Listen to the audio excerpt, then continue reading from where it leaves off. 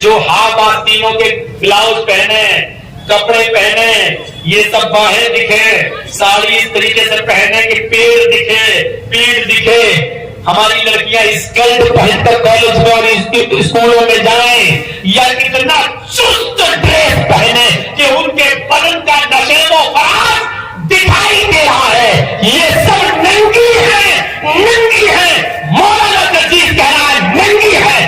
تو مانو نہ مانو، لیکن محمد رسول اللہ کی حدیث. ان کو کسی طریقے سے سنبھالا گیا اور مدینہ لایا گیا. جب حضرت زینب کو اس بات کا پتا چلا کہ آپ کے پیٹ کا حمل گر گیا، بچہ مر گیا، حمل ساقط ہو گیا، تو اس صدمے کو وہ برداشت نہیں کر سکی اور ان کا انتقال ہو جاتا ہے. اللہ کے نبی جب حضرت زینب کو مٹی دے رہے تھے، اللہ کے نبی جب حضرت زینب کو دفنا رہے تھے، تو آپ کی آنکھوں میں آنسو تھے. صحابہ نے پوچھا اللہ کے نبی آپ رو رہے ہیں، آپ کی آنکھوں میں آنسو ہیں.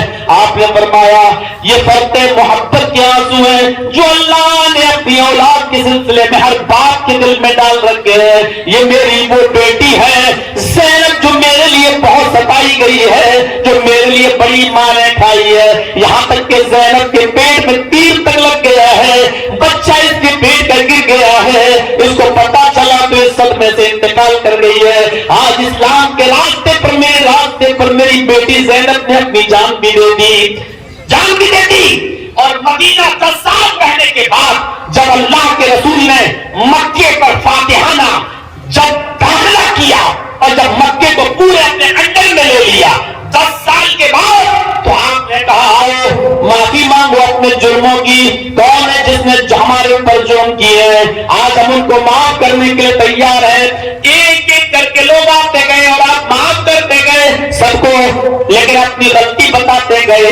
آپ نے سب کو معاف کر دیا. ہندا سامنے آئی. آپ نے کہا ہندا تیرا نام یاد ہے؟ تو وہی ہے جس نے میرے چچا حمزہ کا قتل کیا تھا، پیٹ پھاڑا تھا، کلیجہ نکالا تھا اور چبانے کی کوشش کی تھی. فرمایا ہاں. کہا ہندا جا میں نے تجھے بھی معاف کر دیا، لیکن ہندا تو میرے سامنے مت آنا. معاف تو کر دیا، تجھے بخش تو دیا، چھوڑ تو دیا، لیکن آئندہ میرے سامنے مت آنا. اے ہندا جب بھی تو میرے سامنے آئے گی میرے چچا کا چہرہ میرے سامنے آ جائے گا، مجھے اپنے چچا کی طرف کی ہوئی لاش یاد آ جائے گی، اس لیے میرے سامنے مت آیا کرنا. ہندا کو معاف کیا. پیچھے ایک اور شخص کھڑا ہے، نام ہے اس کا حمار ابن اسود. آپ نے پوچھا تمہارا جرم کیا ہے؟ کہا اللہ کے نبی معاف کر دیجئے، اگر میرا جرم سنیں گے تو آپ بوکھلا جائیں گے، آپ کے خون میں گرمی آ جائے گی. آپ نے فرمایا نہیں، سب کو معاف کر رہا ہوں، تمہیں بھی معاف کیا جائے گا، لیکن یہ تو بتاؤ کہ تم ہو کون؟ اس نے اپنا نام بتایا کہ میں حمار ابن اسود ہوں اور آپ کی بیٹی زینب کا قاتل ہوں. وہ تیر میں نے ہی مارا تھا اور وہ تیر حضرت زینب کے پیٹ میں لگا تھا. پیٹ پھٹ گیا تھا، بچہ زمین کے اوپر گر گیا تھا. آپ نے اپنی بیٹی کی لاش کو یاد کیا، حمار ابن اسود کی شکل دیکھی، بیٹھے تھے کھڑے ہو گئے. فرمایا آئے حمار، آج تو نے جو داستان سنائی ہے اس داستان کو سن کر مجھے اپنی بیٹی کی یاد آ گئی. اے حمار 13 سال میں مکے میں رہا اور 10 سال میں مدینے میں رہا.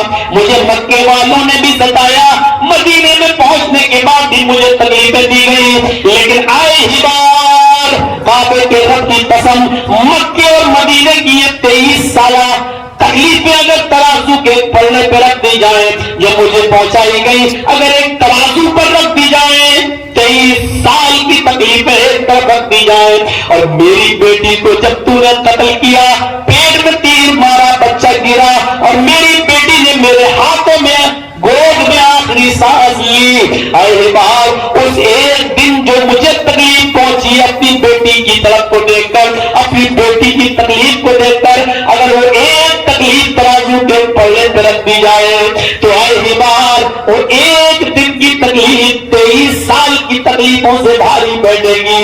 وہ ایک دن کی تکلیف 23 سال کی تکلیفوں پر بھاری ہوگی. اے بار لیکن تو نے میری چوکر پر آ کر معافی کا سوال کیا ہے، جا جا جا. اے حمار میں نے تجھے بھی معاف کر دیا ہے. اے میری بیٹی کے قاتل میں نے تجھے بھی چھوڑ دیا ہے، جا جا. تجھے بھی معاف کر دیا ہے. نرمی دکھائی تو ایسی نرمی دکھائی تو سختی کی جگہ سختی اور نرمی کی جگہ نرمی. یہ صفت محمد رسول اللہ صلی اللہ علیہ وسلم کے اندر تھی. اسی کو تلسی داس جی کہہ رہے ہیں راجنیتی بھگوت پریتی دکھاوے آپن مت سب کا سمجھاوے. وہ راجنیتی کرے گا سختی بھی کرے گا نرمی بھی کرے گا, سختی کے ساتھ سختی سے پیش آئے گا اور نرمی کی جگہ نرمی کرے گا. میں نے دونوں مثالیں آپ کو دے دی.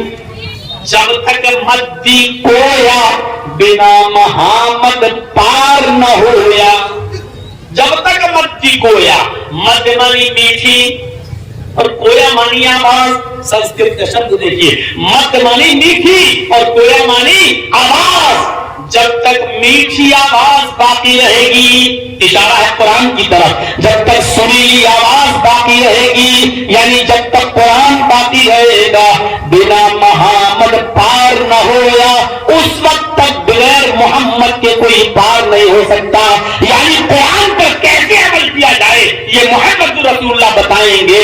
اور تلسی داس جی نام تک لکھ رہے ہیں, کیا کہہ رہے ہیں, جب تک میٹھی آواز سریلی آواز یعنی قرآن کی تلاوت باقی رہے گی تب تک بنا محمد پار نہ ہویا, بنا محمد کے کوئی پار نہیں ہوگا. یعنی تمہیں جنت چاہیے, اگر سورگ چاہیے, پیراڈائز چاہیے, اس میں جانا چاہتے ہو تو محمد کے راستے پر چلنا ہی پڑے گا.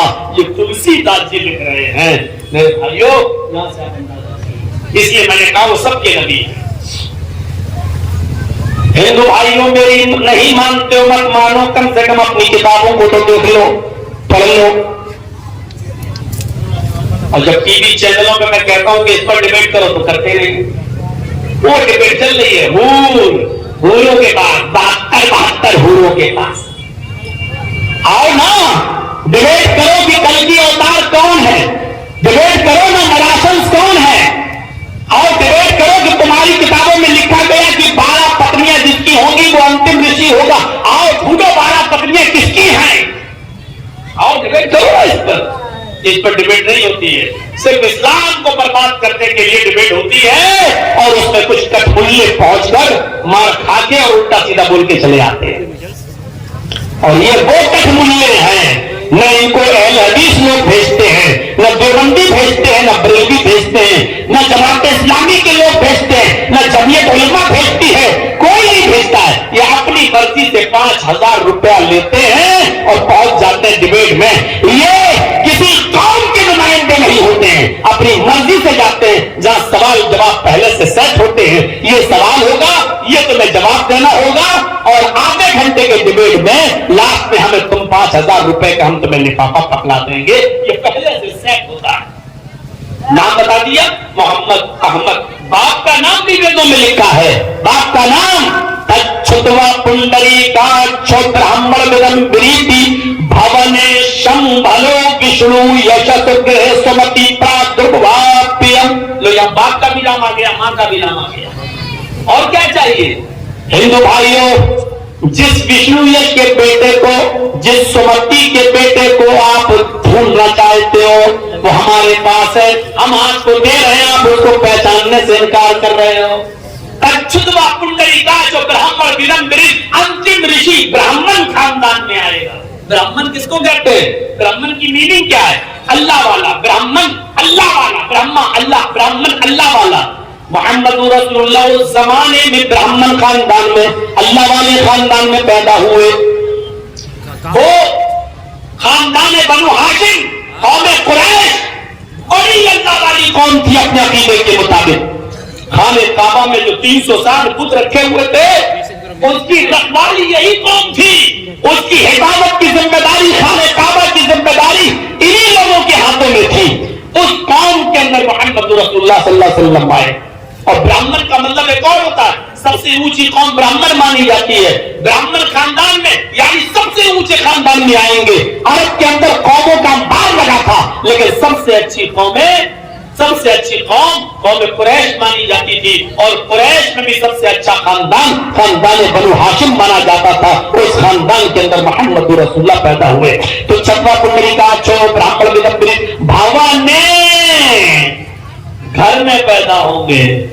گھر میں یعنی کہ ہم کوئی رشی، کوئی پیغمبر، کوئی اوتار سمندر میں پیدا ہو رہا ہے، کوئی کہیں پیدا ہو رہا ہے، کوئی کہیں ہو رہا ہے. آپ کو معلوم ہے ایک کا نام ہے کرن. کرن وہ کان سے پیدا ہوا تھا. وہ کان سے کسی کے اوپر نام پڑ گیا اس کا کرن. تو کوئی کان سے پیدا ہو رہا ہے، کوئی آنکھوں سے. لیکن انتم رشی آخری نبی کے بارے میں کیا کہا گیا؟ بھون میں گھر میں پیدا ہوگا. بھون مانی گھر. اور کس کے گھر میں؟ وشنو یشسو. اب کیسے پڑھا جائے گا یہ سنسکرت میں؟ بھون شمبلو وشنو یشس. وہ وشنو یش کے گھر میں جنم لے گا. وشنو اللہ کے 3 نام بتائے گئے ویدوں میں، برہما، وشنو، شیو. اور اس کو ہم جب اردو میں پڑھتے ہیں تو برہما وشنو شیو، لیکن سنسکرت میں جب پڑھیں گے تو کیا پڑھیں گے؟ برہما وشنو شیو. وشنو برہما اللہ کا نام، وشنو اللہ کا نام، شیو اللہ کا نام. برہما مانی پیدا کرنے والا، برہما مانی برہمانڈ کا رچیتا اور رچناکار، وشنو مانی پالنے والا، اور شیو مانی موت دینے والا. وہی برہمانڈ کا رچیتا اور رچناکار ہے، وہی پالنے والا ہے اور وہی موت دینے والا ہے. وہی جس کو چاہے زندگی دے، وہی جس کو چاہے موت دے. اہم برہما استی، اہم وشنو استی، اہم شیو استی، اہم سوریہ استی، اہم چندرما استی. میں ہی برہما ہوں، میں ہی وشنو ہوں، میں ہی شیو ہوں، میں ہی سوریہ ہوں، میں ہی چندر ہوں. یہ کون کہہ رہا ہے؟ ارے میں ہی برہمانڈ کا رچیتا اور رچناکار ہوں. میں ہی موت دیتا ہوں، میں ہی زندگی دیتا ہوں، میں ہی دن نکالتا ہوں، میں ہی رات نکالتا ہوں، میں ہی سورج کو اتپت کرتا ہوں اور میں ہی چندرما کو نکالتا ہوں. یعنی میں ہی قادر مطلق ہوں، میں ہی قادر مطلق ہوں. ایک ہی اللہ ہے اور اسی کی صفت ہے. لیکن ہندو بھائیوں میں دنیا بنانے والا الگ ہو گیا، پیدا کرنے والا الگ ہو گیا، موت دینے والا الگ ہو گیا، یہاں تک کہ ان کا روزی دینے والا الگ ہو گیا، اولاد دینے والا الگ ہو گیا. اور انہوں نے 33 کروڑ دیوی دیوتاؤں میں آستھا رکھ لی. 33 کروڑ دیوی دیوتا مان لیے. 33 کروڑ. ہم مسلمانوں میں بھی گنو تو کم نہیں ہوں گے. میرے بھائیوں، ہم چھوٹے باپ کی اولاد تھوڑی ہیں، ہم بڑے باپ کے بیٹے. ان میں 33 کروڑ ہے تو ہم بھی اتنے اس سے کم نہیں رکھیں گے. اس طرف نہیں جانا چاہتا ہوں. میں بتانا یہ چاہ رہا ہوں آپ کو کہ ہمیں اور آپ کو سمجھنا چاہیے کہ کتنی بڑی بات کہی گئی ہے. وشنو اللہ کا نام اور یش کے معنی ہوتے سنسکرت میں بھکت، بندہ. وشنو یش کیا ترجمہ ہوا؟ وشنو اللہ کا نام، یش بھکت. وشنو یش اللہ کا بھکت، اللہ کا بندہ. محمد رسول اللہ کے باپ کا نام کیا بتایا گیا ہے؟ عبداللہ. ترجمہ کریے کیا ہوا؟ عبداللہ کا ترجمہ کیجیے. سنسکرت میں وشنو یش اللہ کا بندہ. اور ہمارے مذہب میں محمد رسول اللہ کے باپ کا نام کیا بتایا گیا؟ عبداللہ. عبد مانی بندہ، اللہ اللہ کا نام. عبداللہ اللہ کا بندہ. وشنو یش اللہ کا بندہ. عبداللہ اللہ کا بندہ.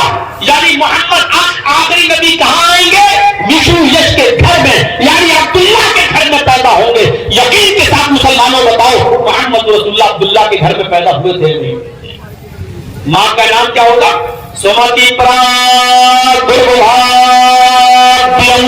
وہ سمتی کے گرب سے پیدا ہوں گے. سمتی کے پیٹ سے، سمتی کے گرب سے پیدا ہوں گے. سمتی کے گرب یعنی امن، بڑی سندر متی، امن اور شانتی والی. ایسی سندر عورت جو امن اور شانتی والی ہوگی اس کے پیٹ سے پیدا ہوں گے. سمتی امن اور شانتی والی. محمد رسول اللہ کی ماں کا کیا نام تھا؟ آمینہ. امن والی، شانتی والی. ترجمہ دیکھیے آپ. سمتی امن اور شانتی والی، اس کے پیٹ سے پیدا ہوں گے. محمد رسول اللہ کی ماں کا نام آمینہ، امن والی اور شانتی والی. محمد رسول اللہ سمتی کے پیٹ سے ہی پیدا ہوئے، یعنی آمینہ کے پیٹ سے پیدا ہوئے. یہ نام بتایا گیا ہمیں. کہاں تک انکار کرو گے؟ کہاں تک؟